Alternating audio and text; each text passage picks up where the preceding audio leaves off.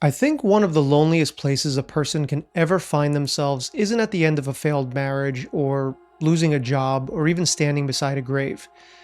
I think one of the loneliest places in the world is standing in the middle of a life you worked incredibly hard to build and realizing you still don't feel at home inside of it.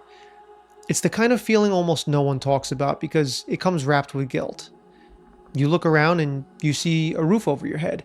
You see food in the kitchen, people who love you, memories that make you smile, and opportunities that countless people around the world would pray for.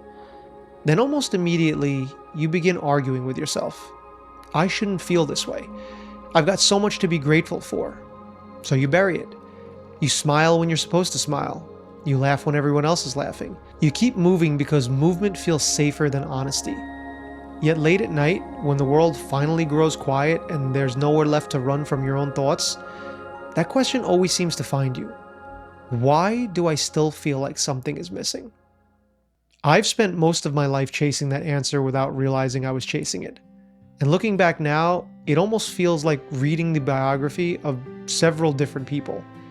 I've been a financial advisor, I've been a bank manager, I've been a private banker, I've worked as an electrician, I've spent years working on Porsches and Ferraris, I've owned my own automotive business. And somehow, every one of those chapters felt like the beginning of the life I'd always imagined. Every new career carried the same promise. Maybe this is it. Maybe this is finally the thing that makes me feel like I've arrived. The strange part is that every one of those careers taught me something valuable, and I don't regret any of them. But eventually, the excitement always settled into a routine. The newness disappeared. The anticipation faded. Then I'd find myself staring towards another horizon, convinced that fulfillment must simply be waiting one more chapter ahead. It took me years to realize I wasn't changing careers because I couldn't make up my mind. I was changing destinations because I believed peace lived somewhere outside of me. Every time I reached another finish line, I expected to meet a different version of myself waiting there. Instead, I always found the same person carrying the same unanswered questions. The more I've thought about it, the more convinced I've become that this isn't really my story at all. It's just the story of being human. Somewhere along the way, we accepted an idea that almost nobody questions. We began believing that life exists just over the horizon. We tell ourselves we'll finally relax after the promotion, after this relationship, or after paying off the house, or retirement, after losing 20 pounds, after building the business, or after just one more accomplishment. And without realizing it, we become experts at postponing our own lives. The tragedy isn't that we fail to reach our goals. The tragedy is that we often reach them only to discover that we brought ourselves with us. The same mind, the same fears, the same insecurities, the same restless feeling that whispers, maybe the next thing. I don't think that we're actually addicted to success. I think we're addicted to becoming. We fall in love with the idea that a future version of ourselves will finally possess the peace that our present self cannot seem to find. Every accomplishment becomes less about the accomplishment itself and more about who we hope it will transform us into. We chase careers and relationships. We chase money, recognition, healthier bodies, and bigger dreams because we believe that they hold a missing piece of us and who we are. Yet the strange thing about the human heart is that it doesn't remain impressed for very long. What once felt extraordinary becomes pretty ordinary.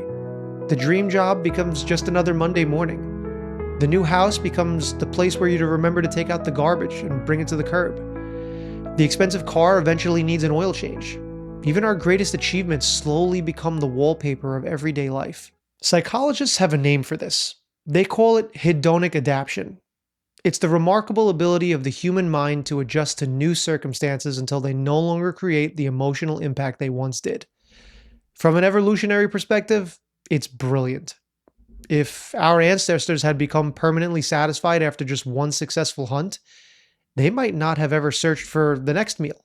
The human brain evolved to anticipate, to solve problems, to seek improvement, and to prepare for uncertainty. And it's astonishingly effective at helping us survive, but it's far less interested in helping us feel fulfilled. And that's an important distinction because survival and fulfillment are not the same thing. One keeps your heart beating, and the other gives you a reason for your heart to beat. Maybe that's why so many people secretly feel exhausted when their lives appear successful. We've spent years feeding the part of ourselves that knows how to accomplish, while starving the part that knows how to just simply be.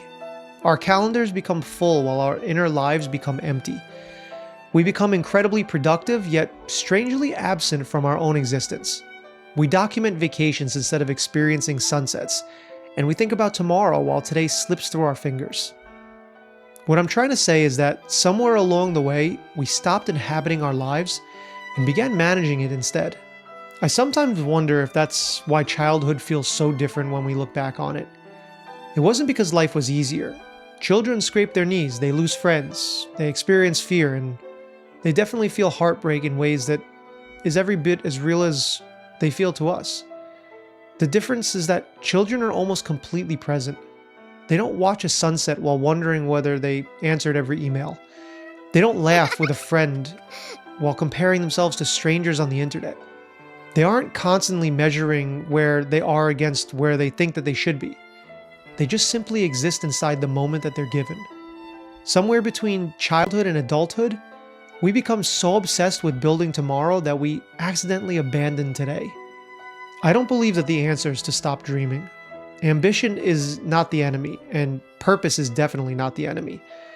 But building a meaningful career, starting a business, creating something beautiful, or falling in love, even setting impossible goals, those are some of the most worthwhile parts of being alive. The danger begins when we convince ourselves that our worth is waiting at the finish line. That's an impossible race to win because every finish line immediately becomes another starting line. The horizon has a really cruel sense of humor. No matter how far you walk towards it, it always seems to take one more step back. Maybe fulfillment was never supposed to be found at the end of the journey. Maybe fulfillment isn't a destination at all. Maybe it's something much different than we think. Maybe it's found in finally making peace with the person who's been walking beside you the entire time. Maybe it's realizing that the life that you've been desperately trying to arrive at has been unfolding around you on every ordinary Tuesday afternoon. Maybe the conversations with your parents, the cup of coffee with an old friend, the laughter you almost forgot to appreciate, the silence of an early morning before the world wakes up, the simple privilege of another sunrise. Maybe those were never interruptions keeping you from life. Maybe those were life itself. If you're listening to this today and you've been carrying that feeling that something is missing, I don't want you to mistake it for failure. Sometimes that feeling isn't telling you that you've been built for the wrong life. Sometimes it's reminding you that you've been looking for yourself in places you were never meant to find yourself. The world has spent your entire life teaching you how to earn a living, how to build a resume, how to climb a ladder, and to chase another horizon. Very few people ever teach us how to sit with ourselves and ask a far more important question. If everything that I've been chasing disappeared tomorrow, would I still know who I am? So maybe the purpose of life was never meant to become someone else. Maybe it was to spend a lifetime remembering the person you were before the world convinced you that you had to keep earning your worth. Maybe that's why we feel so restless. We aren't searching for another destination. We're searching for ourselves. And perhaps the strangest part of all of this is that the person we've been chasing has been walking beside us since the very beginning, and they've been patiently waiting for us to stop looking everywhere else. Thank you for watching, everyone. Please like and subscribe and hit that notification bell so you know when a new episode comes out. And remember, we only have a short time here, so be kind to others and smile, because someone might be watching. I'll see you on the next one.